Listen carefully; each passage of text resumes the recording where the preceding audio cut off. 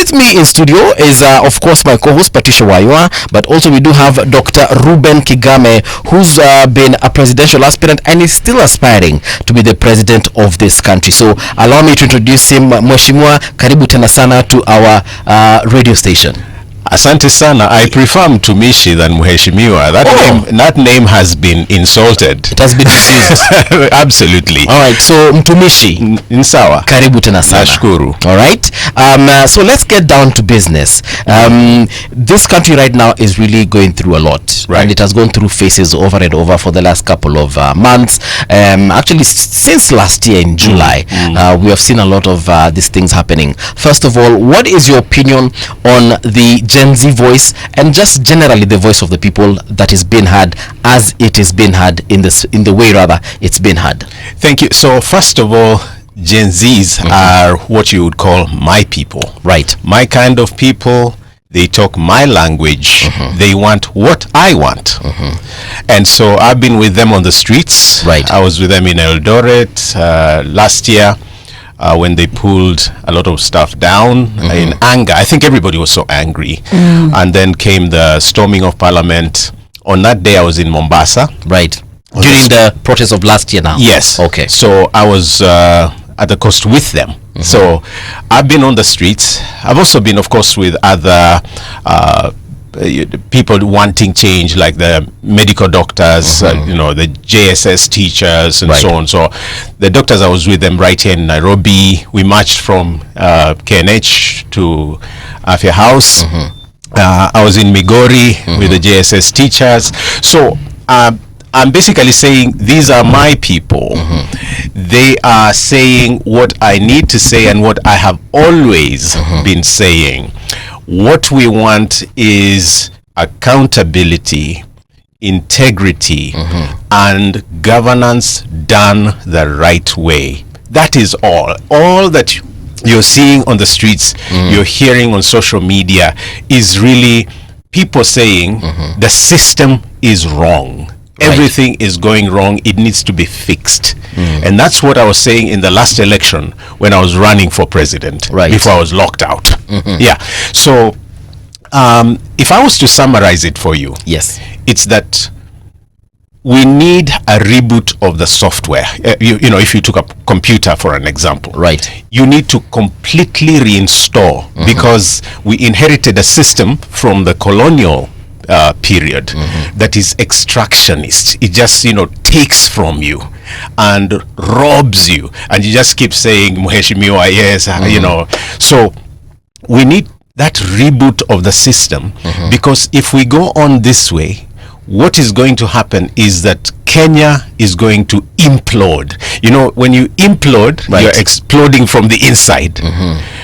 So Kenya is about to, if things don't change, Kenya will certainly implode. And what will happen is that we'll go the way of any other country. Where you saw the Arab Spring and the results, you've seen what has happened in countries like Syria.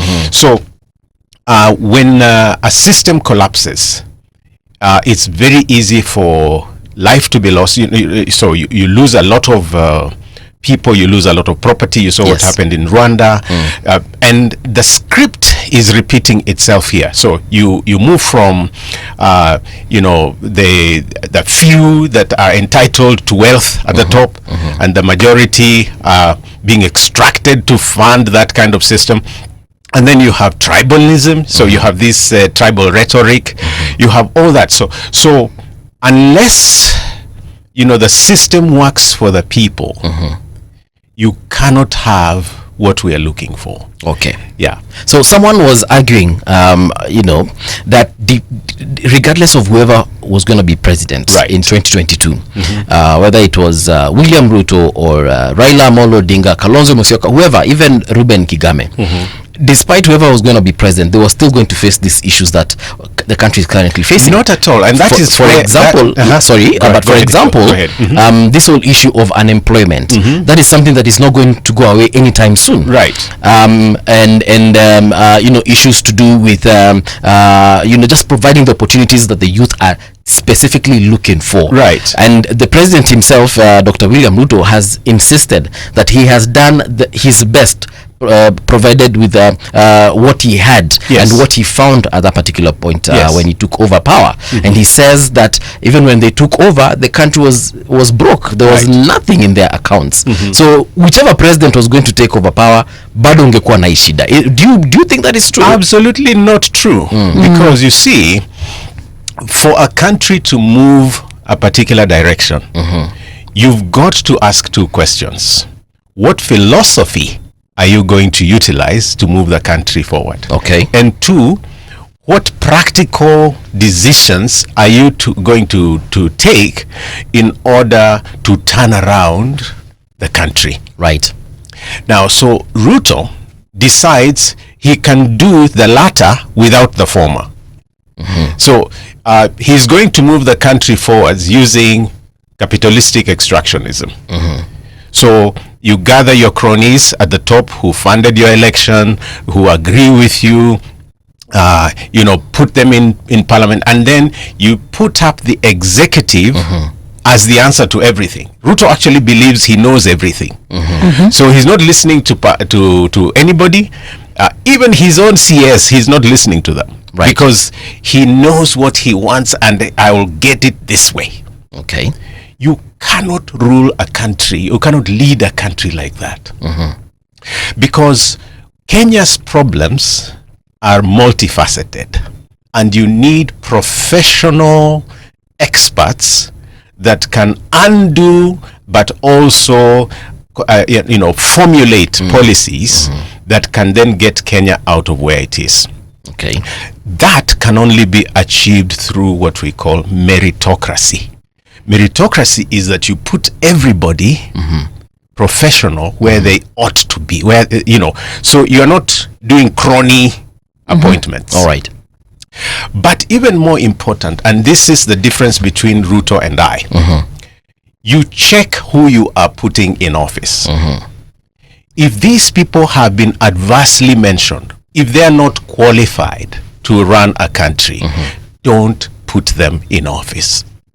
Because Kenya has a lot of professionals within this country, but also outside the country. A lot of Kenyans building other countries, being given a chance to fix the economy, the education systems, the health sector of other countries. Here, what we are doing is crony appointments, and then instead of giving Kenyans jobs here, we are saying, go look for jobs outside.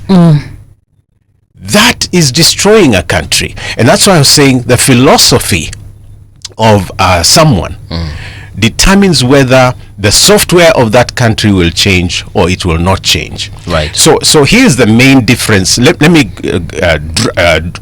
draft for you the main difference between Ruto and I. Please do. So we graduated the same year from university, 1990. He was at University of Nairobi. I was at Kenyatta University. All right.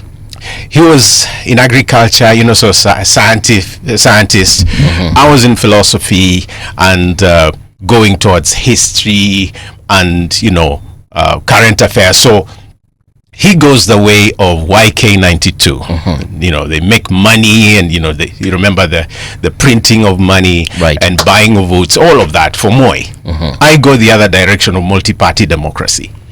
Okay. So I'm following the Kibwanas, the Raila Senior, Odinga Senior, the Gitobi Manyaras, Matiba.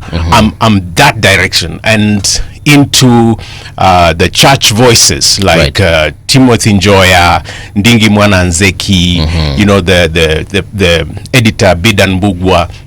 That's the direction I go. He goes the other direction. Okay. So he's a scientist looking at agriculture. I am a philosopher. And like Plato said, I think only philosophers should lead, because you look at the software, you look at the ideas. And so the difference between him and I is mainly this, that he believes that if you have a few moneyed people around you, and if you have a lot of money, right, if you have all these resources, you're very powerful, then you can provide answers to a country. Okay. I believe the opposite, that you've got to empower the people. Right.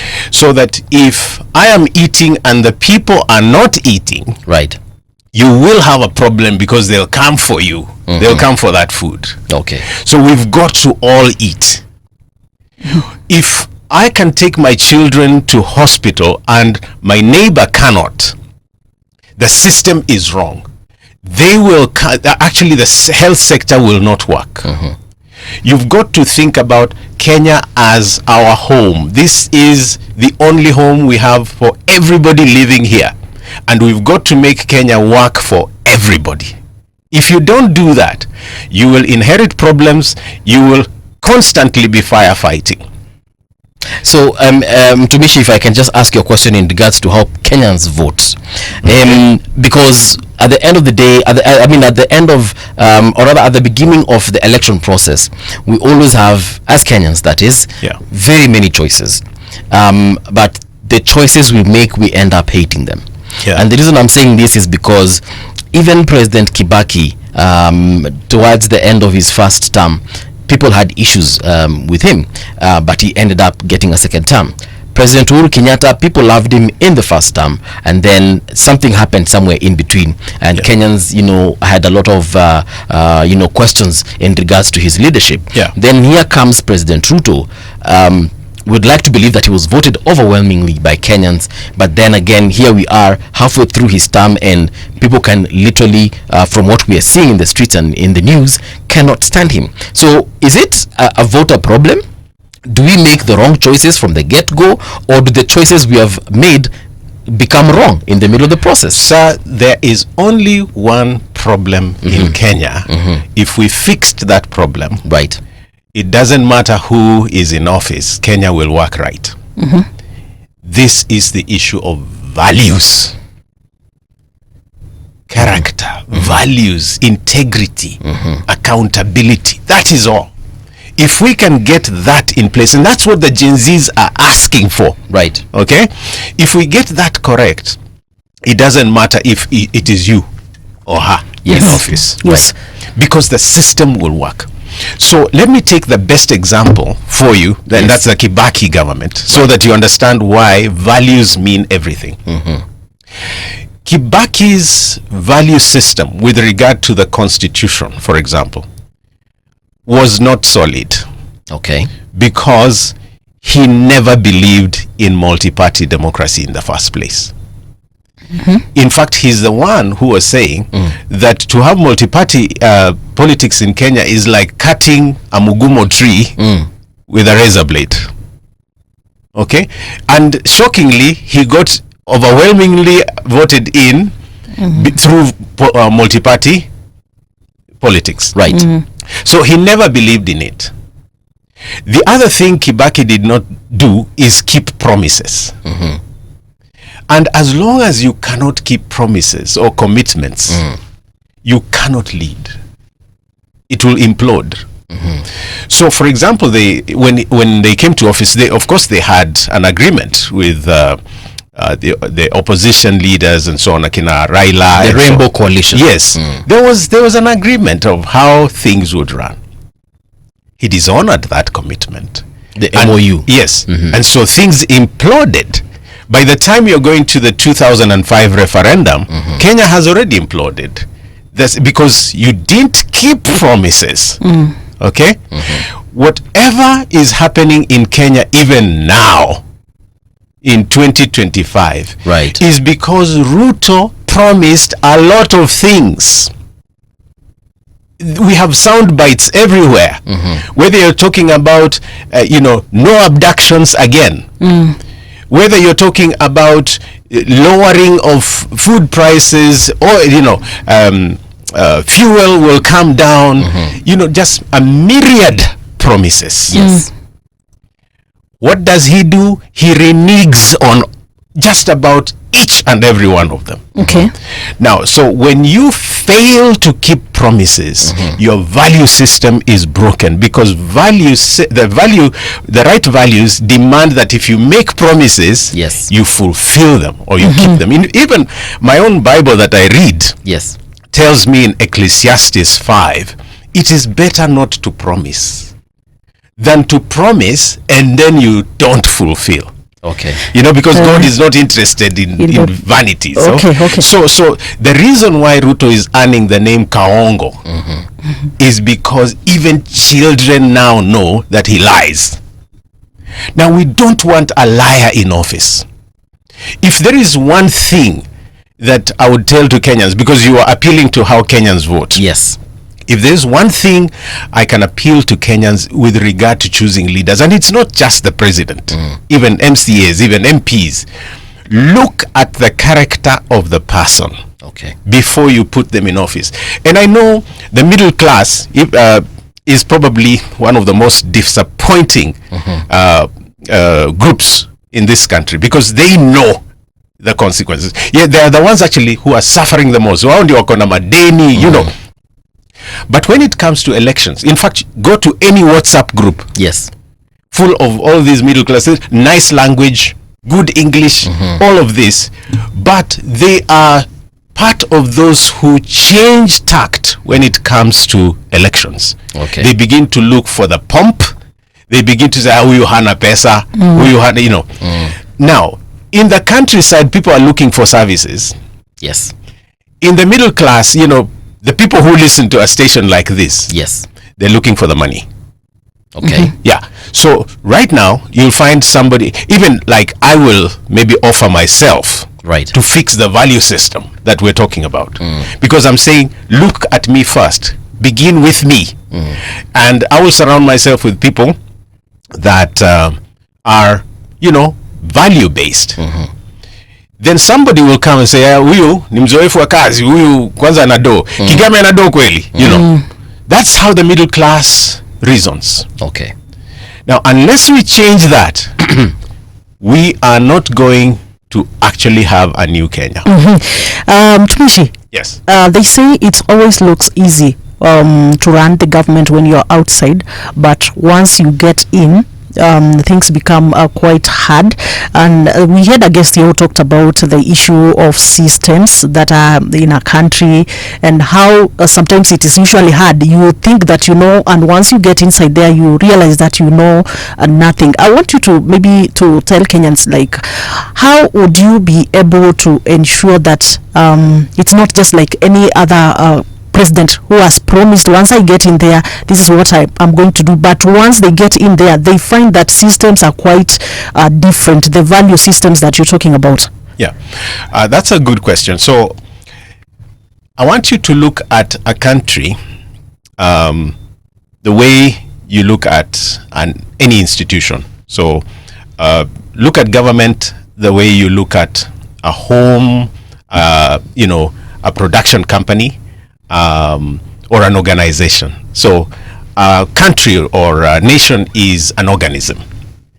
Now, I cannot tell you that it is easy to run a country. It is very difficult, actually.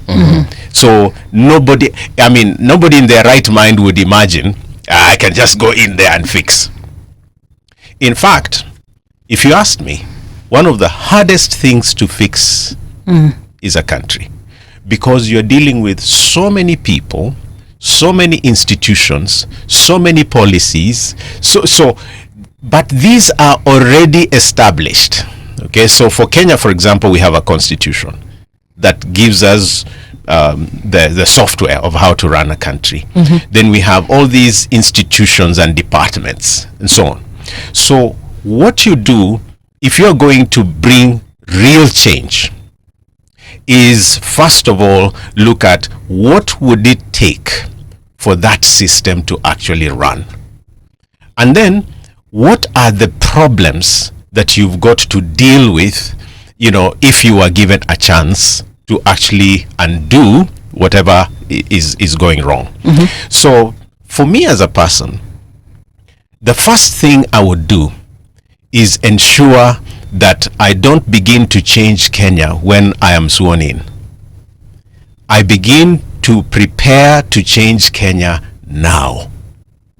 And so the way I do my campaign, the way I talk about policies, the way I look at, issues that affect us as a people, the way I look at you, will shape my policies and will shape who I am as a president. So you can already guess what kind of President Kigame would be by looking at me now. All right, so Reuben, there's this whole issue of, if you want to be a leader, show me what you have done before in terms of leadership, so that we can, consider you for that particular position. Some of these very many aspirants that we're seeing right now have been in key either political offices or key executive government offices. For instance, we've had CS Matiang'i was in the executive. Maraga was in the judiciary, and many others. So maybe someone would say, why doesn't Reuben go for us let's say, I don't know, senator maybe, or governor, or MP, or MCA, then we see how he governs from that position. Good. Then now we can consider him for the presidency. So that question is so good, but it's only 50%. All right. You've only asked 50% of the question. Let's make it 100. So you're asking what I have done. In terms of national leadership. So you're only you're looking at what I have done. Yes. You also need to look at what I have not done. All right. Then the question will be complete. Okay. Because Kenyans always look at what somebody has done. We also need to look at what has that person not done, because that is where the software fails. Okay. So what I have done, because nobody can do anything outside their purview. So you can't expect me to have been a governor or a senator or an MP when I was busy running a radio station. Okay? So if you asked me, what have you done for this country? I have contributed immensely to the information sector. All right. I worked not only with Radio Citizen, Family Radio, helped to start Hope FM, and so on, but I established and ran my own Fish FM for 10 years as a manager, managing director, but also as a founder. You see, that's a difference. Yes. That I set it up, hired people, put all the technology in place, ran it, mentored a lot of students from around the country in communications and so on. That I did successfully. Okay. And I only shut it down to start the journey I'm on now. So I've been in radio. I'm a radio guy. I could set this station up for you. Yes. And expand it if you wanted. Okay. Yeah. Without any hassle. Effortlessly. Yes. Okay. Now, the second thing I've done is that I have been developing artists. As a musician myself, I have been mentoring a lot of young people in the area of the arts and theater. Right. So, and that I began when I was a teenager, growing up, but my active time begins, 1987 to the present. Personally, I've recorded maybe 30 different albums, but I've also produced music for other people in this country and beyond. Okay? So I am a seasoned artist and continuing to mentor especially young people. Okay. That continues. Another thing is I'm a teacher by training. I've taught in high schools. I currently teach at the university. Yes. If you give me any class, in research or philosophy or history or media and communications, I will teach. And I have done that, consistently from when I graduated in 1990. Taught in Kiambu, taught in Western Kenya. I'm teaching now in Nairobi. So I am a seasoned teacher. Right. But I'm also a justice advocate. So with Linda Katiba movement, you remember the BBI issues and so on. Yes. And I could go into all the activism for persons living with disability, for women that are facing issues of femicide and so on. Yesterday, I was actually at the Kahawa Law Courts on this case of the young people, 18, 20-year-olds accused of terrorism. So I was there in solidarity, but also got a chance to talk and say to the judge, please consider, lower bail that could get them out of so you could call me an activist. Okay. I've also run a restaurant and so on, but I want you to put all of that against one thing. I am blind. Okay. No, let's say you need to. So if as a blind person, yes, you can achieve that. Given those opportunities, I could excel that way. Let me tell you, you would see wonders. Okay. But I would like to say that in 2013, of course, I ran for governor in Vihiga County, where I come from, and came 4th out of 6. Okay. Honorably lost. I was going to run in 2017. My friend was running in Vihiga, so I put my weight behind him. Okay. And postponed my bid because I wanted to prepare for running the country. And given my traveling, given my education, given my knowledge of the people of Kenya, because I live with them, especially young people, I do believe I've got answers for this country. All right. Mtumishi, you said you don't want to be called Mtumishi. So I want you to comment something about the press freedom in our country. First of all, are you convinced that the whole issue of making a leader in Kenya has got to do with do's, but you also need to look at don'ts. That is fair enough. We only looked at the do's. Now, what the don'ts, because you have to complete the 100%. Yes. I've not stolen anybody's thing. Okay? That is critical. I've not gone around telling lies. Okay? What you see is what you get. Do you have any court cases ongoing against you where people have accused you of crimes against them? No, not crimes. Yes. I have a case in the Court of Appeal. Yes. Raised by the IEBC. I took them to court because they excluded me from the ballot. Justice Murima said that, I should be included on the ballot. And imagine Chebukati and his team goes to the Court of Appeal to stay that. So that case has never been concluded. All right. I do also have a case in court now, not against me, pushing a case against the government introducing what you call the blank tape levy for musicians. Okay, and also enjoined in another case against MCSK and other CMOs that are stealing from musicians. And I'm about to file another case against the violence that is being meted against citizens. So currently hakuna mtu amekushtaki kotini. Kama unajua hebu itoe. That's why I want Kenyans to also look at what someone has not done. Yes, because if you just look, question now. Yeah, all right. So you can continue. So you're saying you OJB mtu yote, you've not stolen anybody's coin. So you were giving us a list of the. And I'm not an angel, and I don't think we're dealing with angels here. Yes. But there are people who should never be in government. Okay. Because we know mashamba ya watu yameenda. Mifugo ya watu imeenda, pesa za watu zimeenda. We know people who have told lies, tutawafanyia hivi. Even those who are in government, tutajengea barabara, tutafanyia nini. All those liars should never be in government. Yes. So you are to comment something about now the press freedom, especially with regards to what is happening in our country right now as a media consultant and also as a journalist, and again say something about the approach that the Gen Zs have used to try to push for the accountability of the administration. Let me begin with the latter, because you see the Gen Z world is not the world we grew in. The information and technological advancements right now are at an all-time high. So the Gen Zs are very well informed. That is so different from the politics of the past.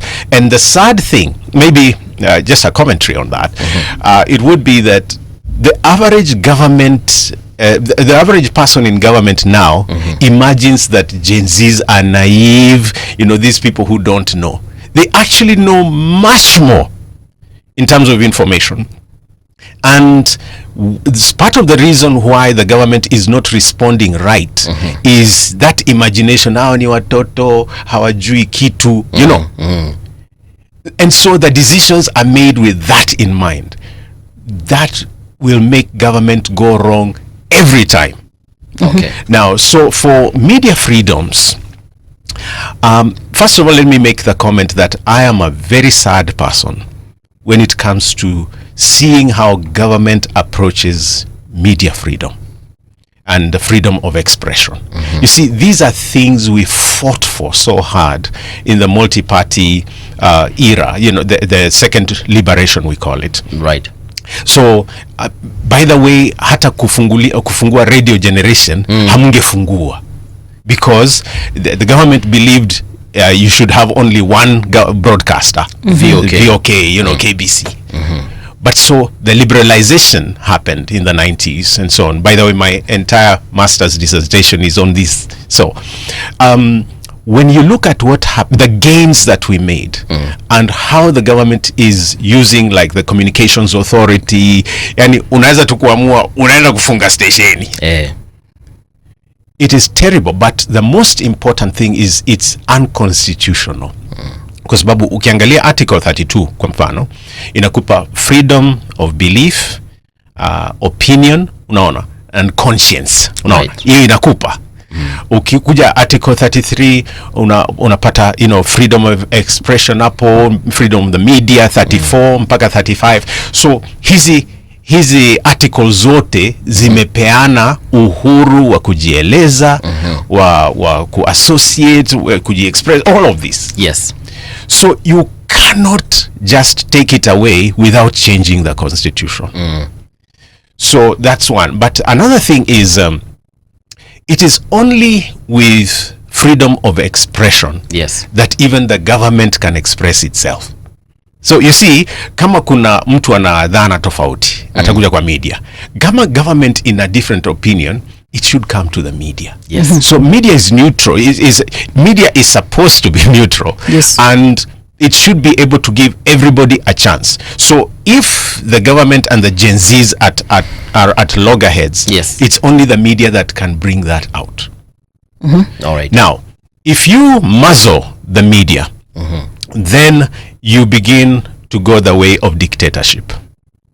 And that has never worked. By the way, it can never work in the current world because there will be a lot of alternative media. Okay. Yeah.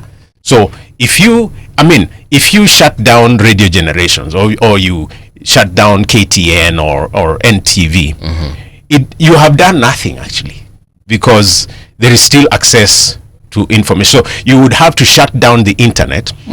Now, if you shut down the internet, I can tell you young people will find another way of communicating because they're technologically advanced. In fact, these young people can actually get into your system. Yes.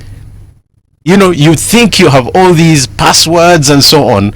They have gone to school. They know how to hack.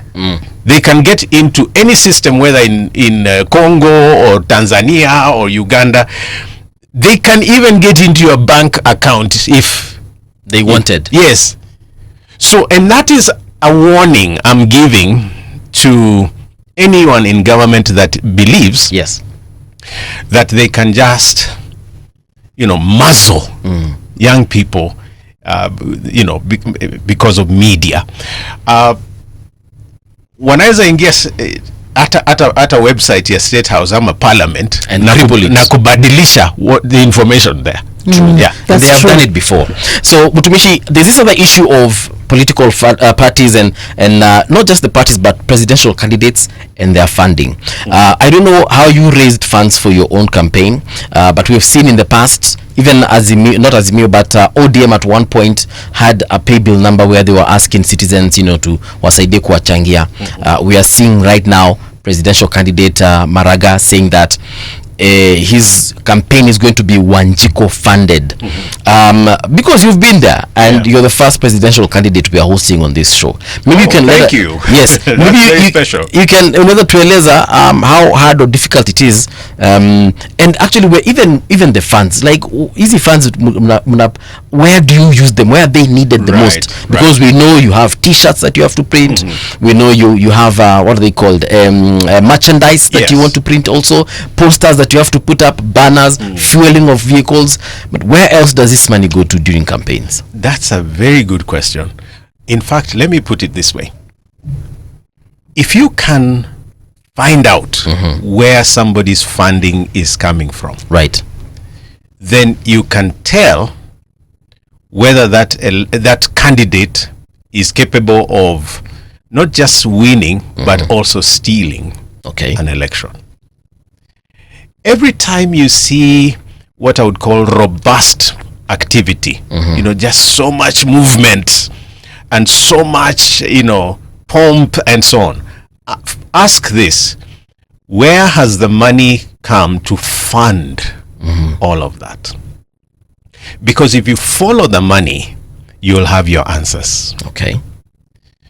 Now, if as Reuben Kigame, nimekuja hapa, and this is how I'm living, you can even gauge, that this guy maybe doesn't have the billions. Okay. Hata we mwenyewe unaweza maybe estimate too. All right. Now, then all of a sudden, ukiniita interview nyingine, nimekuja hapa na magari kama 7 na bodyguards kama, and now I'm splashing money everywhere. Yes. You've got to ask, hiyo pesa imetoka wapi? If we follow the money, this is my statement. Right. If we follow the money, we may actually get the right leaders. Okay. Because how much money somebody utilizes in a campaign will tell you whether you are going to get a good leader or a leader that bought you. Okay. So I'll give you an example of an incident I saw in Vihiga County a couple months ago, early April, I think it was. Right. There's a young man who came to one of the meetings where I was, and this guy, was bulgy, if you know what I mean. All right. Pesa huku zimefichwa kwa kila mali kwa koti, hata kwa socks, everywhere, and we are busy at a funeral, so we're listening in to the speeches and so on. This guy seated next to us is busy dishing out money at a funeral. Okay. And telling people, ningojeni hapo nje, nitakuja kwa, and then he's given the mic and he says, pesa si shida kwangu, and you're looking at this maybe 30-year-old. I've been teaching, I've been in the music industry, I've been in media. I don't live that kind of. So where has this money all of a sudden come from? Now tell me, if you elected such a person who does not know how to address policy, but is ready to tell you pangeni laini hapo, you will not get the right leader. You will get somebody who buys you. And if he buys you, yes, then he'll come back for his money. Now, so for me, of course, my 2022 campaign was funded by my friends. And before I was locked out by the IEBC, we were doing only what the money that we had could do. And that is, travel, hold press conferences, travel to different places and meet the people. Okay. So sit down with teachers, sit down with persons living with disability, and sasa hizo pesa tunatumika kununua chai, kwa mfano tukikaa kwenye hoteli flani, or like you said, printing of t-shirts. We had some t-shirts printed, right, and posters and so on. So it's what people contribute that did that. My friends who are very kind to me, they believed, quite a number of people who believed in my candidature, Yes. helped fund that. All right. I wouldn't call it a lot, but I don't think I spent like more than 6 or 7 million. Really? Yes. Do you remember how much was collected in total? Or it is that 6 or 7 million? No, I also had an input because, I've been working Yes. on my music. And, So you had your own gigs. savings. So I had maybe just above 1 million. Okay. Yeah. That was saved, but a lot of the contributions, maybe about 5 or 6 million, came from my friends. From your friends. All right. Then I had court cases, and sometimes contributions don't come in terms of cash. There are people who lent me their cars. Unaweza tumia, sichukui si yangu, lakini tumia for this campaign. Some people gave me office space, to organize my resources and so on. Okay. And then there are people who gave my team a place to stay when we would go into a particular place. Those, if you quantified it, would be quite a lot of money, by the way. All right. And then, there are people who volunteered. I didn't pay them. They said they believe in what I'm doing. So they'll give me maybe 2 months, We had people like that. All right. So if you quantified it, would be a lot of money. All but right. So campaign resources are, of different values. Yeah. Mutumishi, do you believe it is too early to start campaigns? That's a difficult question. Because we are seeing it already. The government is campaigning for its Every second other term. person. So I'm saying it's a complex question because let me address 3 aspects. So let me begin with myself. Okay. You see, I was a presidential aspirant. I didn't make it to candidature. All right. In 2022. They blocked me 2 months before. But as soon as President Ruto came into office, I was probably the first critic of what he was doing, because of course I was following up his manifesto, Yes. and following up what he promised and so on. So when he would fail, I would say he's failing, because that's my role as a citizen, but also as an aspirant. Okay. So unlike other candidates that maybe are emerging now, I've been continuing to speak. If you go to social media, just type Reuben Kigame, you'll have a lot of data. Of course, mainstream media has sort of believed that I don't belong. So they don't give, you'll never see like a front page article or whatever on Reuben Kigame. Right. Because they believe in the 2-horse race. That's mainstream media for you. But I've never stopped. In fact, I got to a point I was so exhausted because I just kept going. So I had to take a break.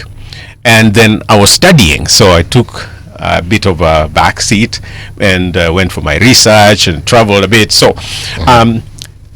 if you were to look at your question one way, then I never stopped campaigning.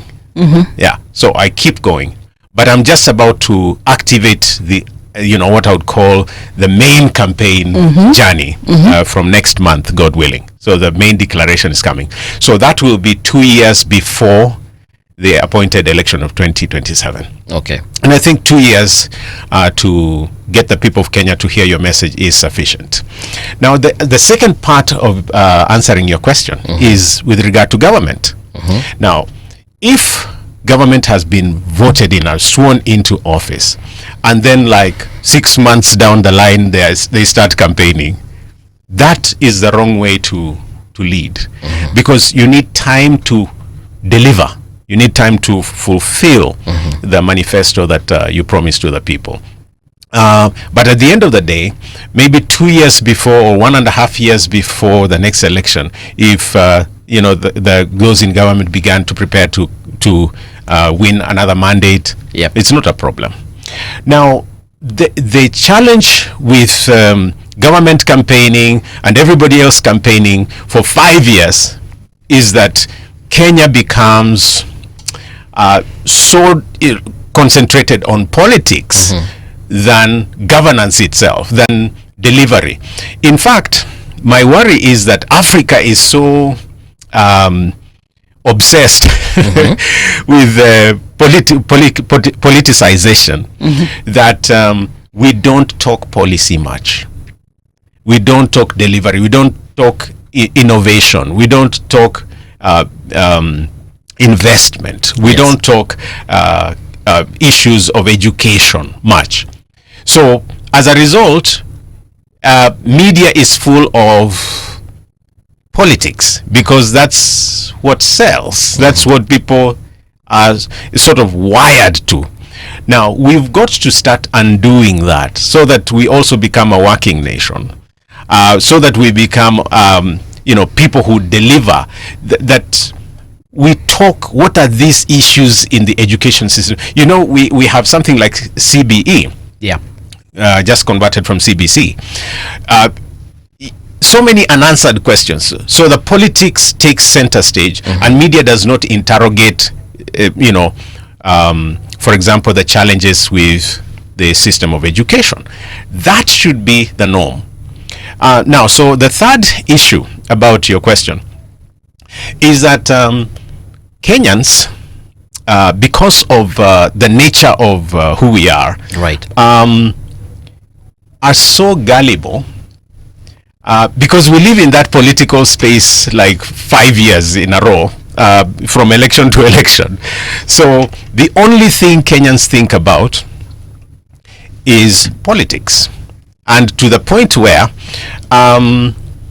it's very easy for somebody to come up and fool Kenyans.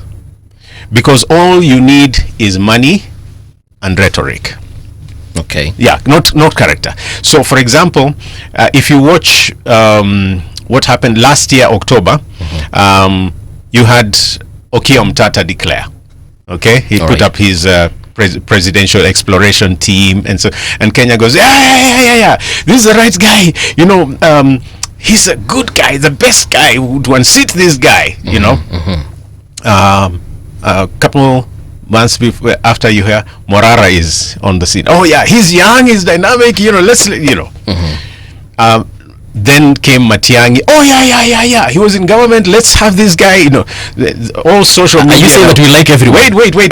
So that's how Kenyans behave. Yes. Now former Chief Justice Maraga has come on, and now all my friends on social media say, yeah, this is the guy, Okay.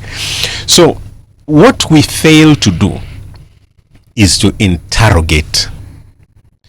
But you interrogate by not by responding to everyone that comes.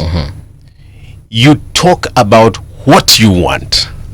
Yeah, and that's what Kenyans should be talking about. Tunataka nini, tunataka mtu aina gani, so that it doesn't matter who comes, okay? Yes. So for example, we should be spending a lot of our energies asking what are the bare minimums an MCA, an MP, a women rep, governor should have, a president. Okay.